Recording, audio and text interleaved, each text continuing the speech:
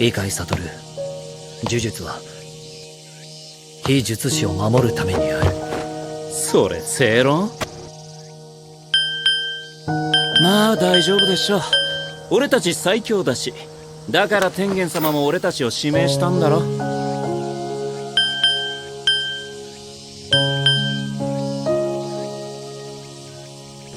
悟、前から言おうと思っていたんだが、一人称俺はやめた方がいい。家ね食って。あのな、悟。まあいい。